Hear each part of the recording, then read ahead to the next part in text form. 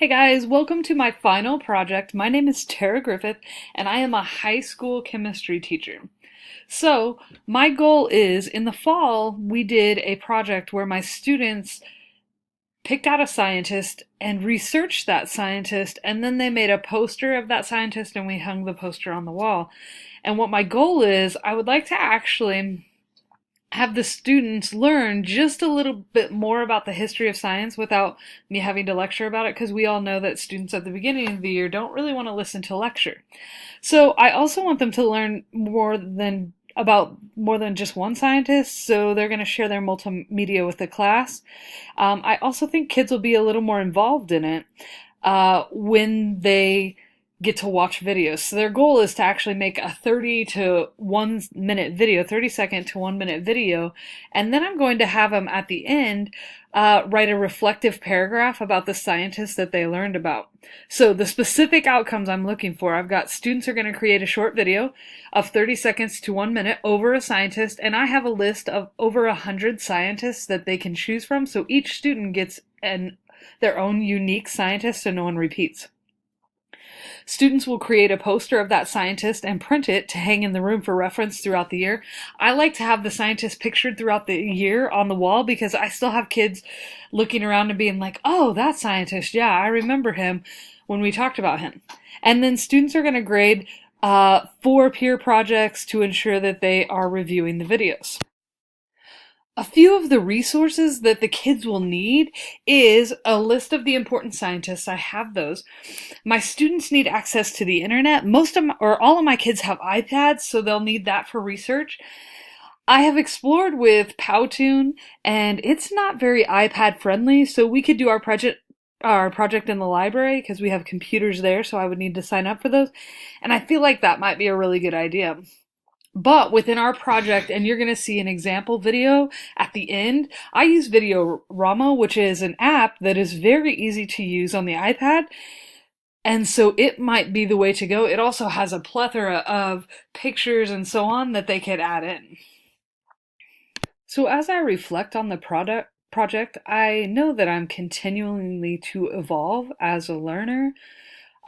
Before I started this class or this project, I had no idea what Videorama was. I had very little experience with Powtoons, and my first experience with Powtoons, which was in another class, was very negative because I tried to do it all on the iPad, and it was a really large pain. But once I did it on a desktop computer, it was really good. I also want to use my standard. The standard that I think most focuses on this project is the leader standard.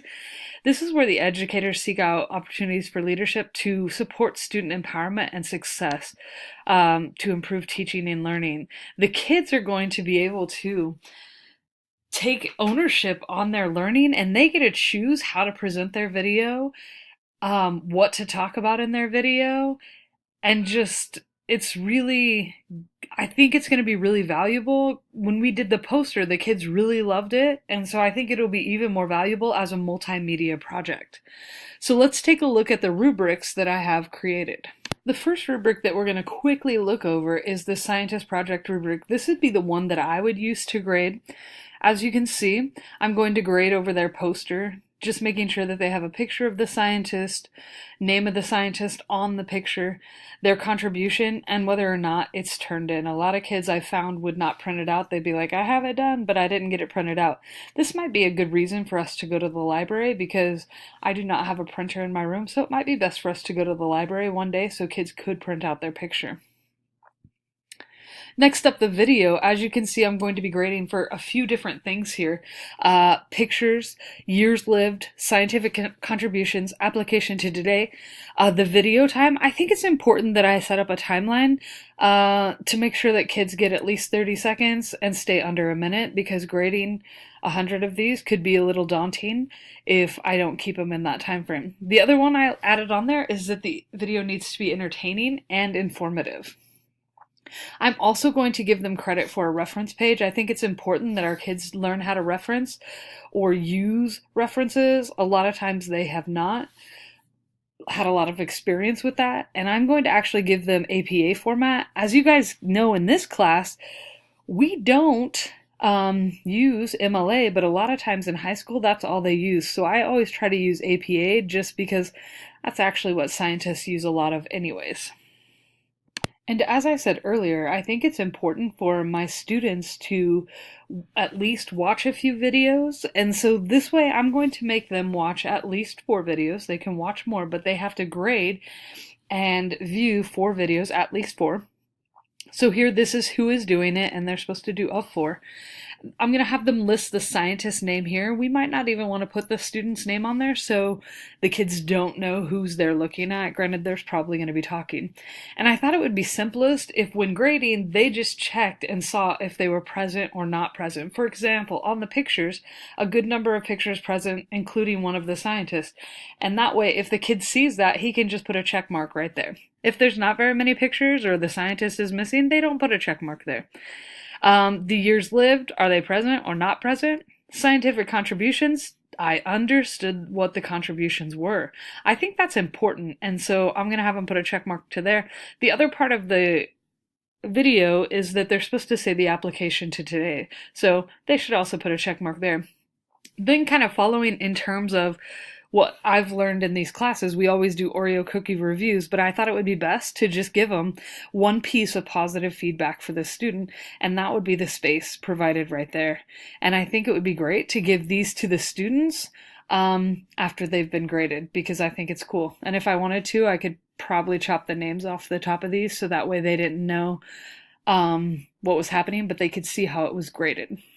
And before we watch the video, I just wanted to say my big takeaway from this and my reflections. First off, my reflections. This was kind of a work in progress, but it also didn't feel like a waste of time. I've really enjoyed working on this project. I think my kids will really enjoy how the project has evolved into something different. I think they're going to actually learn to do this project and present it and have their friends watch the videos. The big idea takeaway, I love when the kids are in charge of their learning. And I'm not trying to diss the history ones out there, but a lot of kids don't find history very entertaining. And I think this is one way to talk about the history of science. And it's all scientists that I have on my list. The history of science. I think kids really enjoy watching videos on it and being more involved in their learning in that manner. And so I think they'll get more out of it than me trying to lecture over as many scientists as I can to get the information. And so what I'm going to leave you with is just a sample of a video that I made about Avogadro because it's pretty short, it's pretty simple, but it would be an example that I would show to my kids so they knew semi what a basic level video of expectations would be. And I'll just let that play.